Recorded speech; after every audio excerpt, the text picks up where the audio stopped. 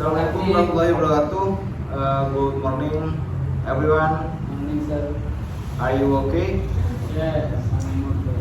Yes. Kali ini kita belajar grammar tentang simple present tense. Oke.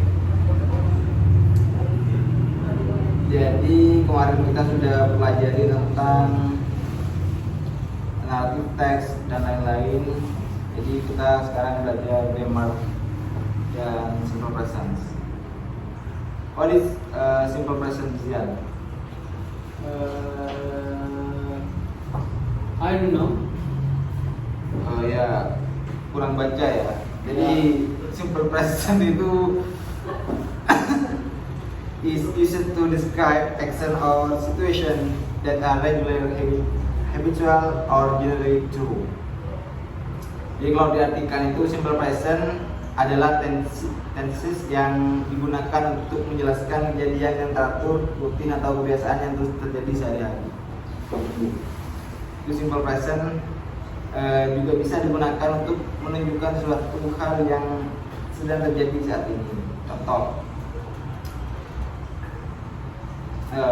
contohnya di sini aja, kita pelajari fungsi-fungsi simple present dulu.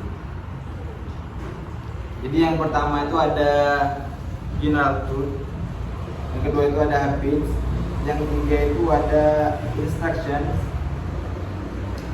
dan yang terakhir ada fixed schedules.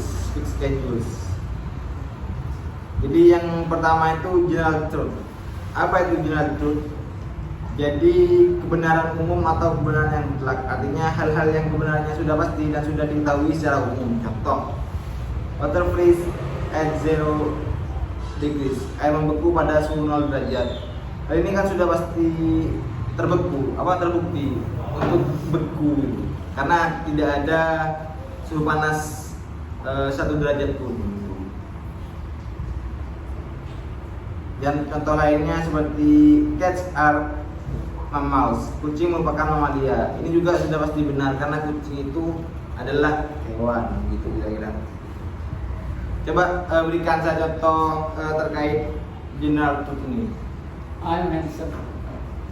No, itu gak bisa dijadikan contoh karena itu merupakan pandangan. Ya, jadi sudut pandang orang itu berbeda-beda. Kalau matahari terbenam di barat, Itu juga kurang telak ya, karena di akhir hayat, di akhir pertemuan di dunia itu matahari itu gak terbit dari barat dan dinyatakan kiamat kalau sudah terbit dari barat. Kasih contoh yang lain yang benar-benar mutlak, kan banyak contohnya seperti apa ya, kita semua akan mati, itu kan sudah mutlak gitu. kamu Ya, lanjut contoh yang kedua, yakni habits, kebiasaan, yang artinya sesuatu yang dilakukan secara terus-menerus, secara konsisten. Contoh, my father goes to work every weekdays. Ayahku pergi bekerja setiap hari kerja. Itu kan sudah kebiasaan dan berulang-ulang kali. Contoh lainnya, aku belajar bersama teman-teman setiap hari Minggu di tempat les. Nah, itu juga bisa menjadi kebiasaan kita gitu, kalau kita les. Mungkin sebelum kita ke contoh yang lain, ada yang mau ditanyakan? nothing, sir. Nothing. Baik, kita lanjut ke yang ketiga, yakni instruction. Instructor ini contohnya seperti papan perintah yang sering kita temui di jalan. Selain itu ada juga instruksi yang bisa kita temukan pada pemasaran produk. Kayak ini contohnya, do not enter in this area. Jangan masuk area ini. Jadi apa ya? Kayak perintah gitu intinya, instruction. Kayak contoh lagi biasanya ada di kemasan mie sedap, kayak masak mie selama 3 menit, itu kan pasti ada. Nah, itu contoh yang ya instructions. Dan yang terakhir ada fixed schedules. Nah, yang terakhir dan yang ditunggu-tunggu ada fixed schedule alias sesuatu yang sudah terjadwal atau sudah pasti terjadi. Bedanya apa sih sama habits yang tadi itu? Apa bedanya?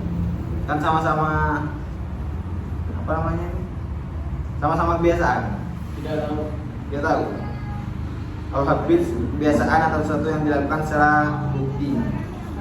Bisa terjadwal, bisa juga enggak. Contohnya kayak berangkat kerja, berangkat sekolah, atau berangkat les. Nah, itu habits. Sedangkan kalau yang apa namanya fixed schedule, kamu sudah pasti berangkat sekolah, bukan.